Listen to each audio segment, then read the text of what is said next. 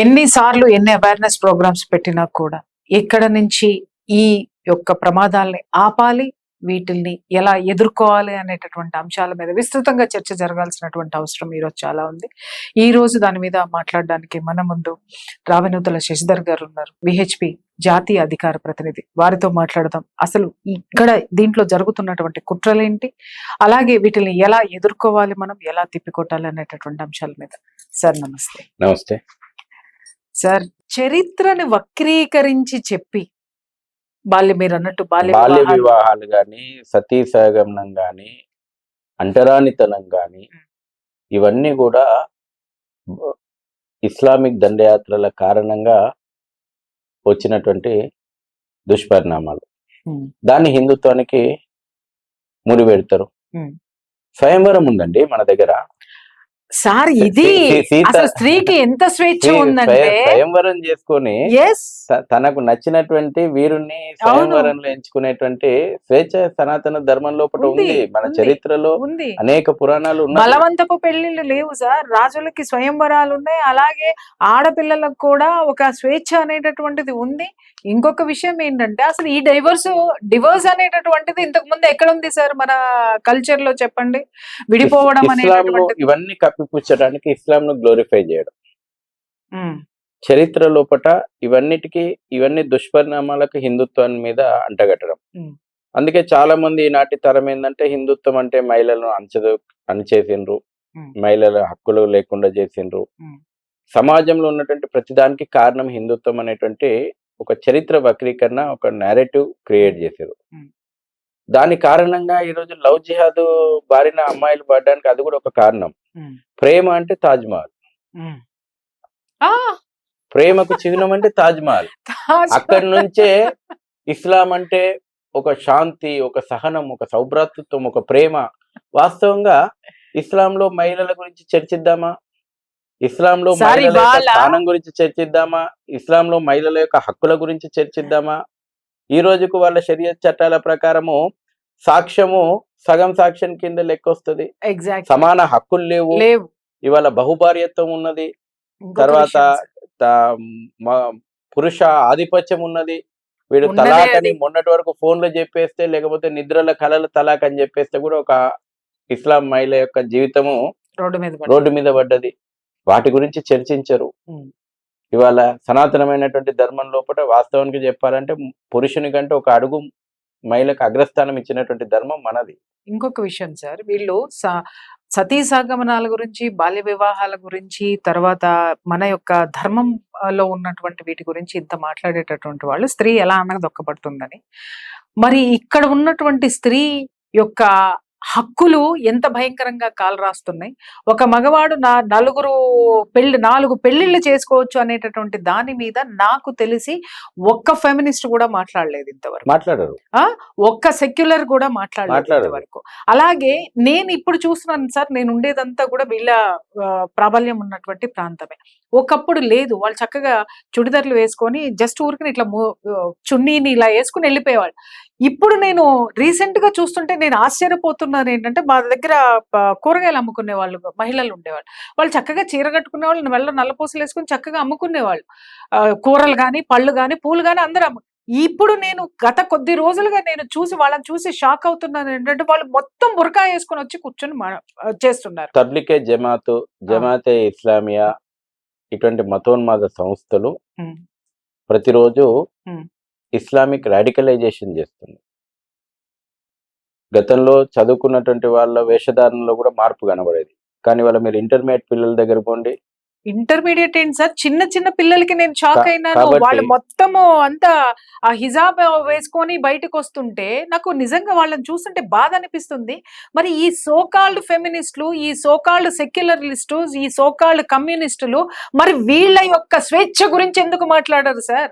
ఇప్పుడు సనాతన ధర్మంలో హిందూ స్త్రీకి స్వేచ్ఛ లేదని పుంకాలుగా మాట్లాడేవాళ్ళు, రోడ్డు మీదకి లాక్కొచ్చేవాళ్ళు, అలాగే ధర్మాన్ని ఎండగట్టినటువంటి వాళ్ళు, మరి ఇక్కడ ఉన్నటువంటి స్త్రీకి స్వేచ్ఛ అవసరం లేదా అని ప్రశ్నిస్తే మాట్లాడేటటువంటిది ఎవరి మతంలో వాళ్ళు ఇష్టం వచ్చినట్టు ఉంటారండి, అది వాళ్ళ ధర్మం అని మాట్లాడుతున్నారు.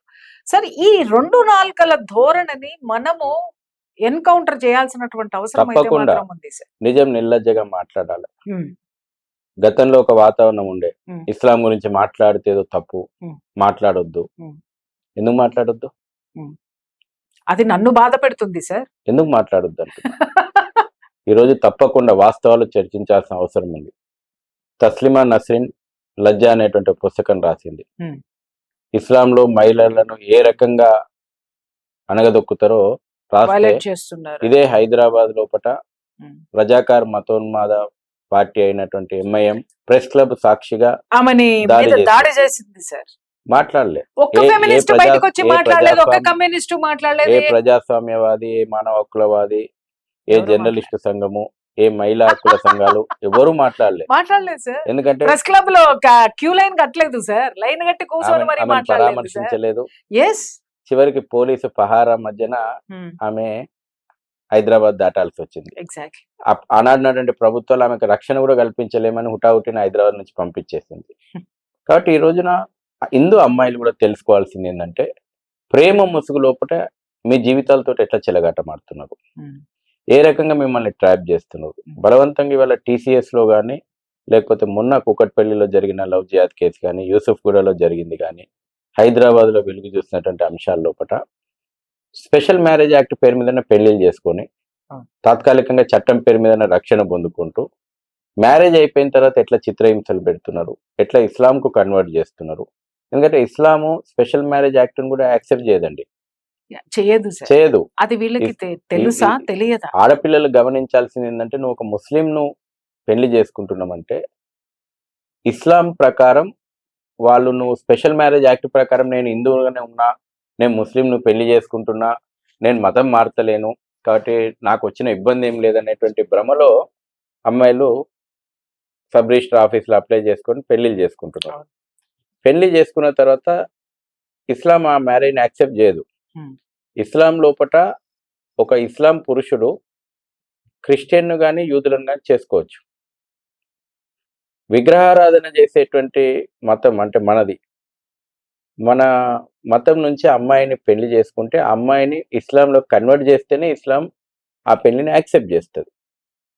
కాబట్టి వీళ్ళు అమ్మాయిని వేధించి చిత్రహింసలు గురి చేసి, పిల్లలు పుట్టినాక కూడా కొంతమంది అయితే పిల్లలు పుట్టే వరకు అందంగా నటిస్తూ, పిల్లలు పుట్టిన తర్వాత వేధించి మతం మార్చారు.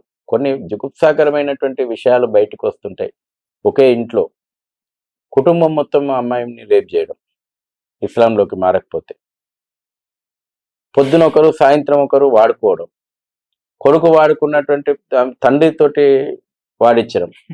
అంటే ఒక వాయు వరుసలు లేకుండా హిందూ అమ్మాయిల జీవితాలతోటి ఆటలాడుకున్నటువంటి వేల కేసులు ఈ రోజున కోర్టుల ముందర ఉన్నాయి.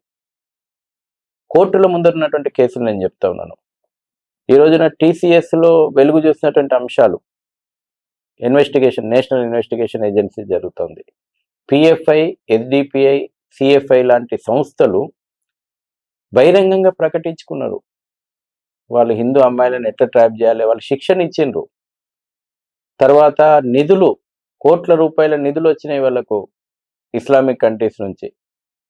ఒక ప్రణాళికాబద్ధంగా ఎక్కడెక్కడైతే హిందూ అమ్మాయిలు అంటే కాలేజీల సెంటర్లుగా మెహిందీ పెట్టే దగ్గర నుంచి మొదలు పెట్టుకుంటే, బ్యూటీ పార్లర్ల దగ్గర నుంచి మొదలు పెట్టుకుంటే, టాటూస్ ఎక్కడ నుంచి మొదలు పెట్టుకుంటే, జిమ్ దగ్గర నుంచి మొదలు పెట్టుకుంటే, తర్వాత కార్పొరేటర్ సెక్టర్ వరకు ఎంబ్రాయిడరీ డిజైన్ దగ్గర నుంచి మొదలు పెట్టుకుంటే, అంటే మహిళలు ఎక్కడెక్కడైతే తమ నిత్యావసర వస్తువుల గురించి మీద అవసరాలు ఉంటాయో ప్రతి దాంట్లో ఇవాళ జిహాదీ శక్తులు వచ్చినాయి. తెలియకుండా ట్రాప్ చేస్తున్నాయి. ట్రాప్ చేయడము, వాళ్ళకు డ్రగ్స్ అలవాటు చేస్తున్నారు. డ్రగ్ జిహాద్ పెద్ద జిహాద్. ఇవాళ కాలేజీ లోపట పిల్లలకు, అమ్మాయిలకు వీకెండ్ పార్టీ లోపట మండీ హౌజ్లలో కూడా డ్రగ్స్ సప్లై చేసినటువంటి వ్యవహారం. ఇది కల్చరల్ జిహాద్. ఇది మనకు కనబడుతుంది అక్కడ హోటలే, కానీ మండీ కల్చర్ పేరు మీదన మన కల్చర్ మీద దాడి చేసి అనేక కేసుల లోపట డ్రగ్స్నిచ్చి, డ్రగ్స్ మత్తులో ఉన్నటువంటి అమ్మాయిలను రేప్ చేసి వాటిని వీడియోలు తీసి అమరావతిలో అమరావతిలో అదే జరిగింది. వాడు 150 అమరావతి అంటున్నారు సార్. ఇక్కడ పొద్దున్నే లెగిస్తే ఎన్ని చూస్తున్నాం సార్ హైదరాబాద్ లో. ఒక్కొక్క రోజు నిద్ర కూడా పట్టదు. వెలుగు చూసినటువంటి అంశాలు చెప్తే ప్రేక్షకులకు పోతుందని చెప్తున్నాను. ఇదే హైదరాబాద్ లోపల మొన్న కూకట్పల్లి ఒక అమ్మాయి వచ్చింది. ప్రెస్ మీట్ ప్రెస్ మీట్ పెట్టింది. ప్రెస్ మీట్ అంటే ఇప్పుడు ధైర్యం చేసి వస్తున్నారు సార్ ఆడపిల్లలు. ఇప్పటి వరకు అమ్మాయి ధైర్యం చేసింది, కానీ సమాజం అండగా నిలబడ్డదా? ఇది నేను ఎస్ నేను అదే పాయింట్కి వస్తున్నా. అమ్మాయి ధైర్యం చేసి తీసుకురావడానికి కొన్ని సంవత్సరాలు మనందరికీ పట్టింది సార్.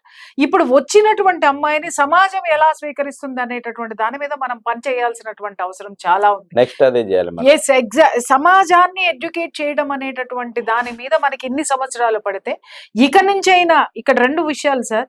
ఇన్ని జరుగుతున్నా కూడా చట్టాలు పని చేయడం లేదు మన హిందువుల ఆడపిల్లలకి. వాళ్ళకి శిక్షలు పడడం లేదు సార్. ఎందుకంటే వాళ్ళకి శిక్షలు పడితే ఇంత ఘోరంగా ఇన్ని సంవత్సరాలు మనకి పోరాటం ఉండేది కాదు. రెండో విషయం, అసలు ప్రభుత్వాలు ఎందుకు పట్టించుకోవట్లేదు? ఇది ఇష్యూ ఇంత సీరియస్ గా ఉన్నప్పుడు సెంట్రల్ గవర్నమెంట్ కూడా దీని మీద ఎందుకని చర్యలు తీసుకోవట్లేదు, ఎందుకని నిఘా పెట్టట్లేదు? దాని మీద ఒక ప్రత్యేకమైనటువంటి చట్టాలు తీసుకురావాల్సినటువంటి అవసరం ఈ రోజు ఉందా లేదా సార్? తప్పకుండా జాతీయవాద ప్రభుత్వాలు ఉన్న దగ్గర వీటి తీవ్రతను గుర్తించి సరైనటువంటి చట్టాలు తెచ్చారు. ఉత్తరప్రదేశ్ లోపల, మధ్యప్రదేశ్ లోపల, హర్యానా లోపల. ఎక్కడైతే ఓటు బ్యాంక్ పాలిటిక్స్ ఉన్నాయో అక్కడ సమస్య లేదన్నట్టు ప్రభుత్వాలే వాదిస్తున్నాయి. ఈ రోజున ఇదే తెలంగాణ లోపల 28,000 పైచీలకు అమ్మాయిలు మిస్సింగ్ కేసులు ఉన్నాయి. ప్రభుత్వాలకు చీమ కుట్టినట్టు కూడా లేదు. మొన్న నేను ఆదిలాబాద్ పోయి వచ్చిన. ఆదిలాబాద్ లో ఒక కాలేజీ లోపల ఒక ముస్లిం లెక్చరరు 18 మంది అమ్మాయిలను, ఇంటర్మీడియట్ అమ్మాయిలను, ఫస్ట్ ఇయర్ అమ్మాయిలను న్యూడ్ ఫోటోలు తీసేసి బ్లాక్ మెయిల్ చేస్తూ, మతం మారాలను ఒత్తిడి చేస్తూ లవ్ జిహాద్కు పాల్పడితే ఆదిలాబాద్లో పోలీసుల దృష్టికి వచ్చింది. బజరంగ్ దళ్ విహెచ్పి కార్యకర్తలు కంప్లైంట్ చేశారు. కంప్లైంట్ చేస్తే ఎవరి మీద కేసు బుక్ కావాలా?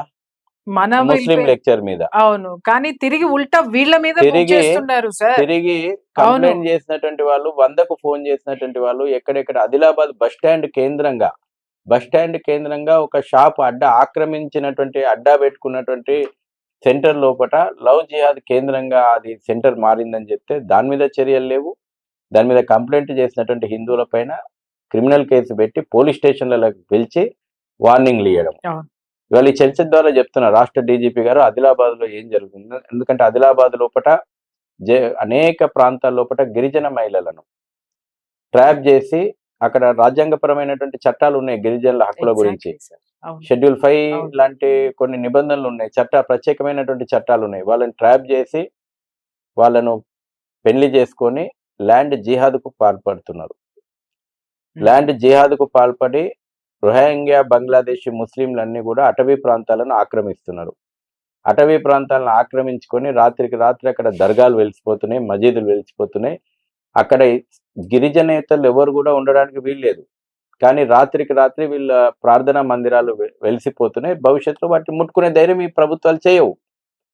కాబట్టి రాబోయే రోజుల్లో డెమోగ్రఫీ మార్చేసి కుట్ర, వనరులను కొలగొట్టేటువంటి కుట్ర, అక్కడటువంటి గిరిజన సంస్కృతిని నాశనం చేసేటువంటి కుట్ర.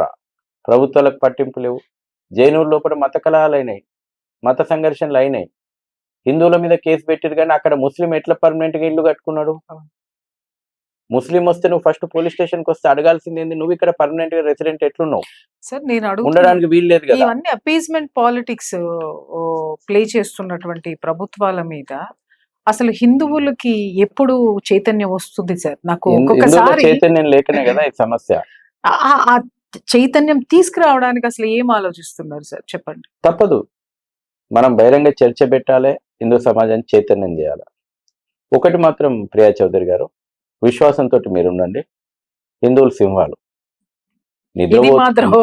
నిద్రపోతున్నాయి, లేపి జూలు దులిపితే అన్ని బలాదూరైతాయి. ఐ హోప్ అసలు నేను చాలా ఆప్టమిస్ట్ ని. హిందూ సమాజం మీద ఆ విశ్వాసం పెట్టుకోవాలి మనం. అసలు నేను చాలా ఆప్టమిస్ట్ సార్. ఎందుకంటే రాను రాను కూడా చాలా విషయాలు, ఒక చిన్న విషయం చెప్తాను. ఆకివీడు రామాలయం విషయం మీకు తెలిసి ఉంటుంది.